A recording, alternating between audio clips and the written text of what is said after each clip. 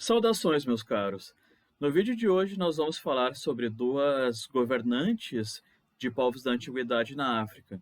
Nós vamos falar sobre Cleópatra, uma governante do Egito Antigo, e Amanitore, uma Cândace, uma governante de um reino da Núbia, Cush. Então, bom, nós já falamos um pouco aqui no nosso canal sobre esses dois povos. Então, o nosso objetivo aqui nesse vídeo não é falar sobre o Egito Antigo, falar sobre a Núbia Antiga. Nosso objetivo aqui é trazer algumas perspectivas gerais, algumas características gerais sobre essas duas governantes e tentar traçar um paralelo sobre elas, traçar algumas relações, algumas possíveis comparações até, que possibilitam a gente pensar principalmente como foi possível que tanto Cleópatra quanto a Manitore tivessem papéis políticos extremamente importantes. Mas antes da gente começar a nossa apresentação, como vocês viram aqui hoje, nós temos uma participação especial. A minha colega Carla, que trabalha comigo no Colégio Guararapes, por isso que nós estamos apresentando juntos aqui. Nós estamos trabalhando esse conteúdo, essas relações entre o Egito e a Núbia na antiguidade com as nossas turmas de primeiro ano. Então, Carla, te apresenta aí quem é a senhora. Olá, pessoal. Meu nome é Carla, eu sou professora da manhã da História do primeiro ano. Eu sou formada pela História pela Univades e eu tenho pós em História e Cultura Afro-Brasileira e Indígena. E estamos aí para falar dessas duas rainhas muito importantes nas sociedades da antiguidade. Então, pessoal, a gente vai fazer assim. A Carla vai começar falando sobre a Cleópatra e as suas relações, a sua importância e o desenvolvimento da figura dela, de uma figura tão polêmica até, dentro da história da antiguidade. E depois eu venho para complementar com a nossa Candace Amanitore. Como vocês vão ver, Egito e Núbia têm muitas aproximações culturais. A questão religiosa é muito próxima entre o Egito e os reinos da Núbia.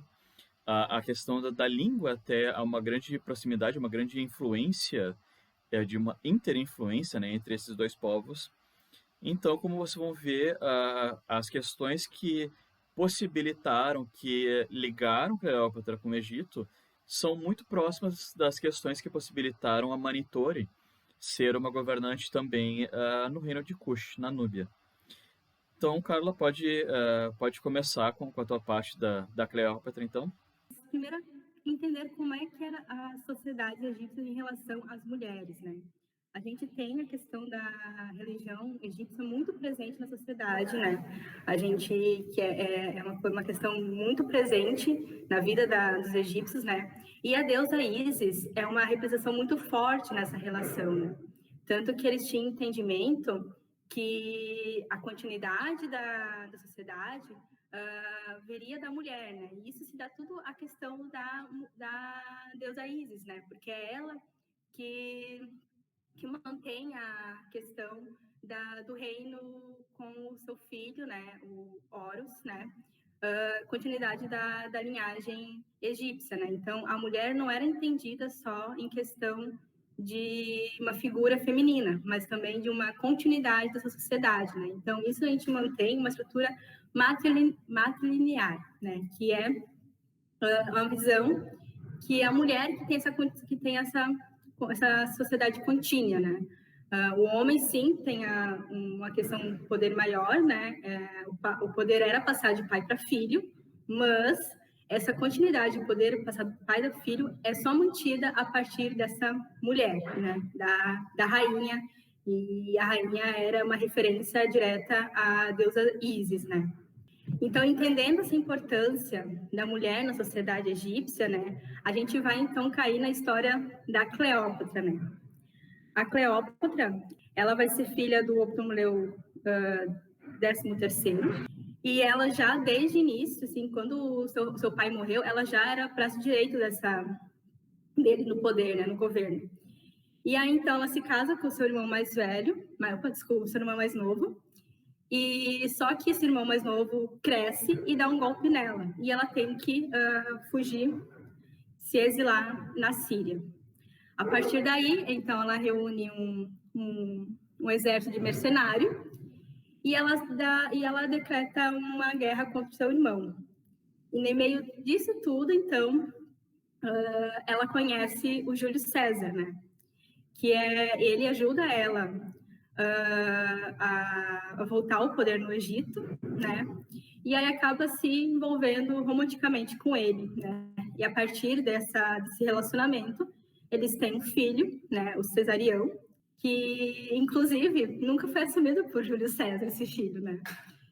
E ela acaba indo para Roma com ele, né? Mas quando ele acaba sendo assassinado, ela tem que voltar para o Egito e lá ela mata o outro irmão dela, o mais novo, né? E aí ela começa a governar ela começa a governar. E aí uma coisa importante também dizer que a Cleópatra, ela no início do seu governo, ela sempre se associou a figura dela com a deusa Ísis, né? A questão dela assimilar a imagem dela com a Ísis, então isso é uma coisa que muitos historiadores assumem dela ter então essa popularidade muito grande no Egito, né? Depois de um tempo, né, de uns 3 anos mais ou menos, ela acaba se envolvendo com Marco Antônio, só que Marco Antônio estava numa disputa contra o Octaviano, com o controle do Império Romano, e ele acaba morrendo. E a Cleópatra, sem, né, mais expectativa, assim, né, vendo que o Império Romano estava chegando no Egito, né, ela decide, então, se suicidar, né? E a questão até do suicídio é um grande mistério na história da Cleópatra, né? Ninguém sabe como realmente ela se suicidou, né? E isso, até um dizem que ela foi com uma picada de cobra, outros dizem que tem essa possibilidade de que não, né? Mas, enfim, basicamente, o resumo da história da Cleópatra, né? É essa aí, então. É importante a gente lembrar que a Cleópatra aqui, nesse momento, ela está num jogo de poder importante dentro do Egito e dentro de um cenário até mundial naquele momento, né? Ela consegue fazer, a partir dessas manobras, que, enfim, em alguns filmes e algumas situações acabam parecendo muito numa questão só romântica, mas, na verdade, é um poder político importante que ela consegue exercer. Ela consegue negociar com Roma, primeiro com Júlio César e depois com Marco Antônio, porque Roma também estava passando por um momento complicado. César, na verdade, ele dá um golpe na República. O governo republicano em Roma, ele basicamente termina, né, com Júlio César ali assumindo como um ditador. Júlio César acaba sendo eliminado pelo próprio Senado. Marco Antônio se levanta junto com Otávio nesse segundo triunvirato e tal. Então, a organização aqui, ela estava tensa. Os romanos também acabam se aproveitando, se ligando a Cleópatra como uma representante de um governo forte, de possíveis aliados dentro daquele cenário. Assim, ela manteve por 20 anos a distância desse império em cima do Egito, né? Ela tem estudos, né, depois da conquista muçulmana ali na região, fala que ela tinha um poder de estratégia muito forte, né, questão não só a questão de aliados, né, mas questão administrativa, né, porque com ela no poder, o Egito conseguiu um apogeu muito grande, né, em questão economicamente, né, estruturalmente falando, ela politicamente, não só externamente, mas internamente ela era muito forte, né? Então, até essa associação com o poder da imagem da Ísis vem disso, né? Dessa popularidade. Ela era uma mulher muito popular na sua própria sociedade. Né? Então, por mais que muitos, né, digam que ela não tem uma linhagem egípcia direta, né? Por causa que toda a questão dela ser da dinastia do Ptolomeu, né? Que é uma dinastia de uma origem mais grega, a figura dela era muito associada ao Egito. Ela falava egípcio, né? Ela se vestia como egípcia. A imagem dela era puro Egito, assim, né? Então ela tinha uma imagem de não só ser uma rainha egípcia, mas também representar essa sociedade egípcia, né? E se tem as questões da origem dela europeia ou africana, né? A gente sabe que o Egito em si é uma mistura de vários povos, né? porque vários povos andaram por ali, né, conquistaram a região, né, e acredita-se que ela tem uma mistura mais multirracial, né, que ela não é só totalmente branca nem totalmente negra, né, então só que a imagem que a gente tem dela é de uma mulher branca, né? A gente tem uma visão dela europeia, mas a gente esquece que ela vive num país africano, né? Que tem uma grande mistura étnica, né? Porque ali na região, né, do Egito teve conquistas de assírios, de povos assírios, povos até o próprio da questão grega, né, do Alexandre o Grande, né, a Macedônia também ali. Depois aí no Império Romano também conquista, então é uma região que tem muita mistura de etnias, né? E também da questão da personalidade dela, né? Os romanos, porque a gente só tem, assim, antes, né? A gente tinha principalmente registros mais romanos sobre ela, né? Então eles falavam que ela era uma mulher muito bonita, né? Uma mulher de uma presença muito, muito bela. E esqueciam da questão da inteligência dela, né? Da questão estratégica dela, né? Então eles ficavam muito presos na questão física dela, né? Da questão dela ser uma pessoa bonita, sensual, né? Que florava nos homens um sentimento, né? E a questão estratégica dela, a questão de inteligência, a gente só vai ter registros, né? Como eu falei antes, depois da conquista muçulmana ali na região, né? Que tem historiadores ali, né? Eles começam a fazer escavações, a pesquisa ali na região. E aí, então, eles descobrem uma outra Cleópatra, né? Uma Cleópatra que era super inteligente, administrativamente falando, sobre o reino, né? Mas a mulher na sociedade romana era vista como a inferior ao homem, né? Então, acredita-se que, né, essa visão que se destaca principalmente a questão da sexualidade dela, né, da personalidade dela assim, mais voltado ao mulher fatal, né? Que a gente pode entrar em várias aspas nesse mulher fatal, né?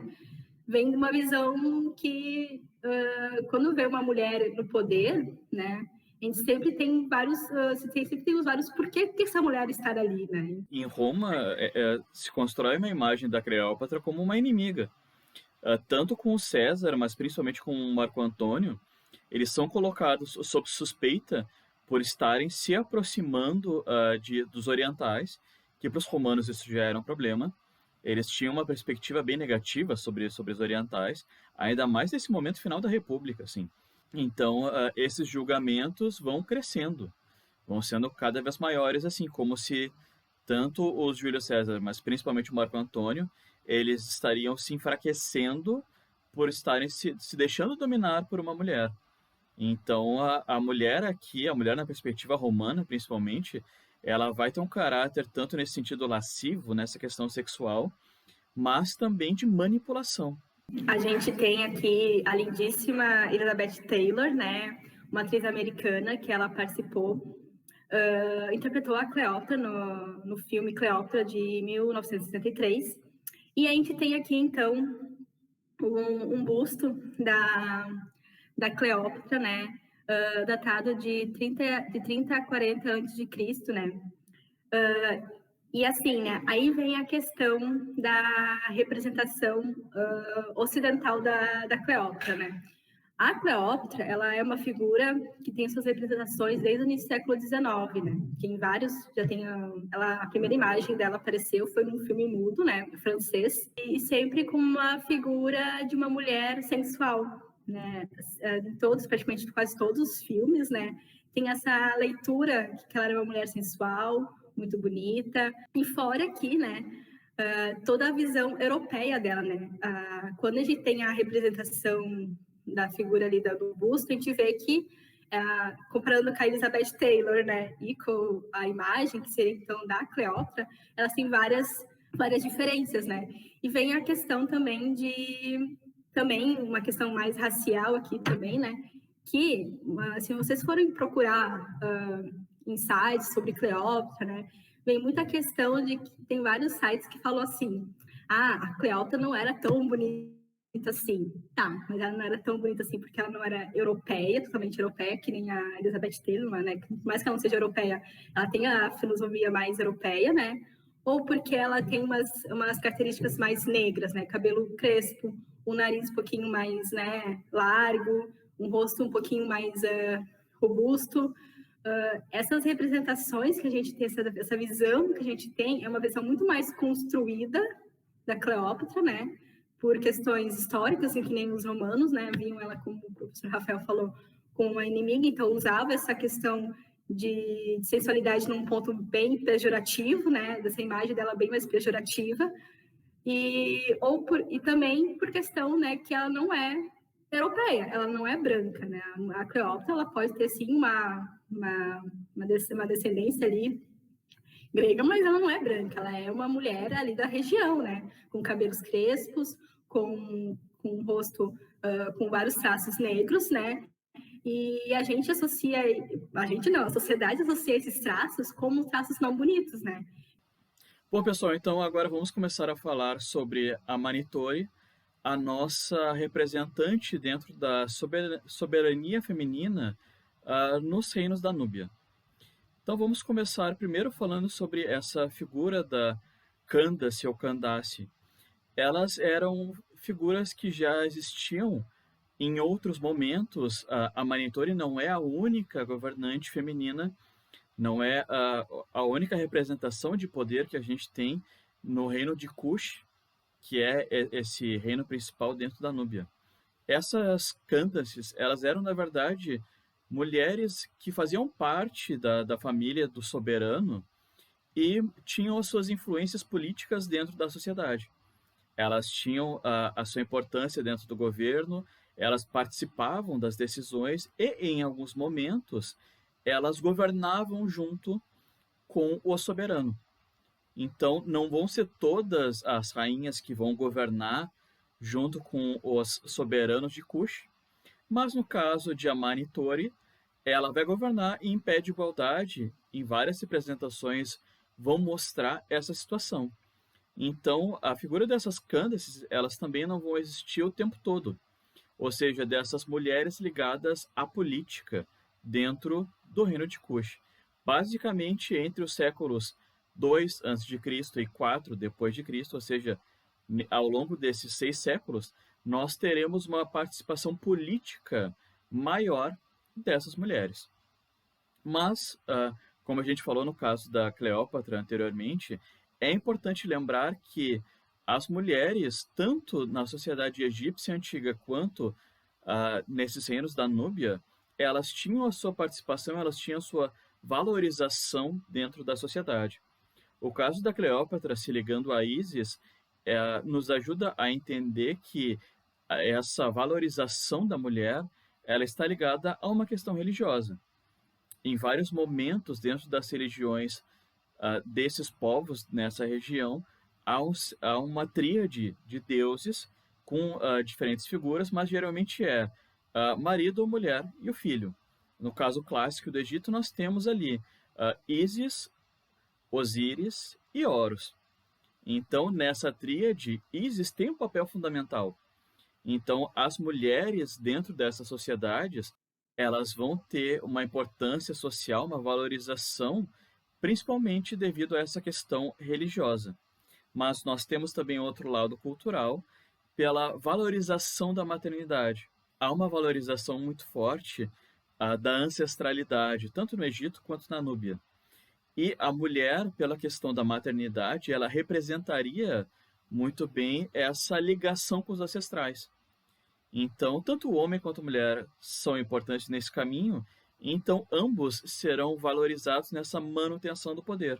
No caso, então, de Amanitori, por que ela chama atenção? Por que ela é uma Candace destacada no reino de Cush? Bom, ela vai governar o reino de Cush no começo do século I depois de Cristo, com o soberano de Cush, Natakamani, que não se sabe muito bem se ele seria marido ou filho dela. Eu optei aqui por falar, por ter essa definição de marido, porque várias fontes acabam indicando essa relação entre os dois, mas não se tem muita certeza. O fato é que os dois governaram juntos, e o que chama a atenção na questão de Amanitor é que, além dela governar no momento de prosperidade de Cush, ela está governando em um momento em que ela está em pé de igualdade com o soberano. Os dois governam juntos. Essa imagem aqui desse templo, que está aqui ao lado, ela representa essa situação. Ela é um templo de um deus específico da região da Núbia, Apademak, e na entrada desse templo nós podemos ver os dois soberanos com vestes parecidas, em posições parecidas, com representações típicas do poder entre os dois. Então, a Manitor aqui, ela governa em pé de igualdade com o soberano masculino, uma Cush de um momento em que esse reino tem que lidar com o Império Romano.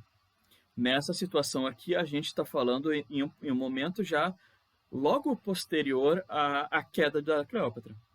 Então, Otávio, o primeiro imperador de Roma, já dominou militarmente pela força o Egito, coisa que a Cleópatra conseguiu evitar com a sua diplomacia ao máximo. Mas nessa situação, o reino de Cush já teve alguns conflitos com as legiões romanas, e a Manitor está no momento de negociação. Então, até dentro de algumas inscrições romanas, a Manitor acaba aparecendo como uma governante que ajuda nas negociações, no comércio com os romanos, por exemplo. Então, para fechar, nós temos aqui de uma maneira mais clara, para que vocês possam ver, a representação de Amanitore e o soberano próximo a ela dentro da entrada daquele templo. Então, com esse desenho aqui, nós podemos ver melhor, os dois estão com roupas que seriam típicas de soberanos naquele momento. Ambos estão aqui segurando prisioneiros de guerra pela cabeça. Aqui seria essa representação dos dois aqui.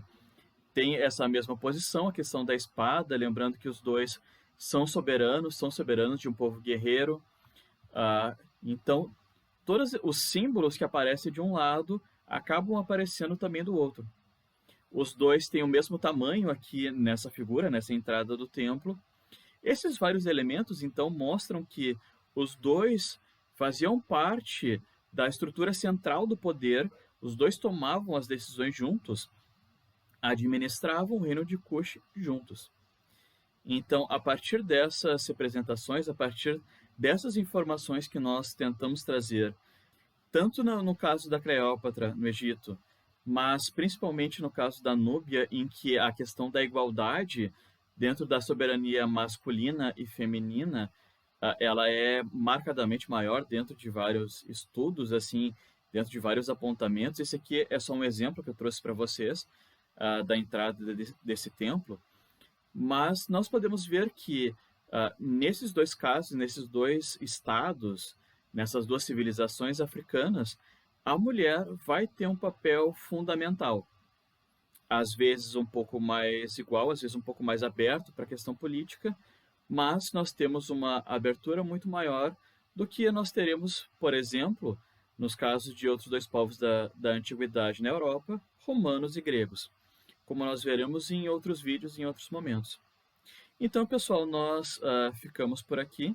Agradeço a participação da Carla aqui no nosso processo aqui de comparação, de reflexão, como eu falei, numa perspectiva bem geral desses dois casos. Ficamos por aqui, então. Bons estudos. Um abraço.